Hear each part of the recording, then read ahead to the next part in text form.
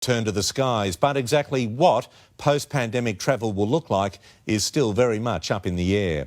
Experts are warning expect lengthy international check-ins, and pre-flight health checks could also become as vital as our passports. Coming into land at London's Luton Airport, Wizz Air, the first major European airline to resume passenger flights despite bans on non-essential travel. I can't see that Wizz Air is going to have a lot of customers.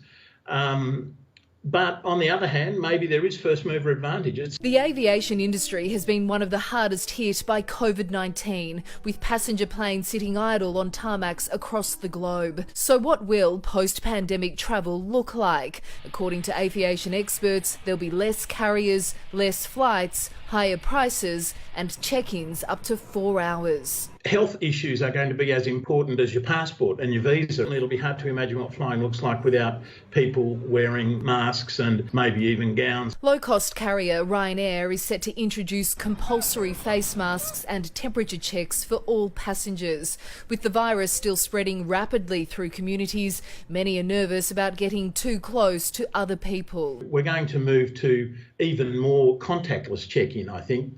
Check in online before you get to the airport, present your health certificate online, those sorts of things, and drop your bag off somewhere quite remote. Once on the plane, social distancing measures will remain in force. If you actually put the people 2 metres apart on an aeroplane, you've probably got a load factor. You've probably only got about 30% of the number of people. Which means ticket prices will inevitably go up. Airlines returning to the skies is one thing, but convincing the public it's safe to do so is another. A new survey by the International Air Transport Association found 40% of travellers say it'll be 6 months or longer before they feel comfortable jumping back on a plane. While government bailouts are helping, they can only last so long. Mr Charlton believes one way to save the beleaguered industry is to allow international mergers of airlines. Now's the time, I think, to come back and to reimagine and re-engineer and maybe even redefine how international aviation works. In London, Sophie Walsh, 9 News.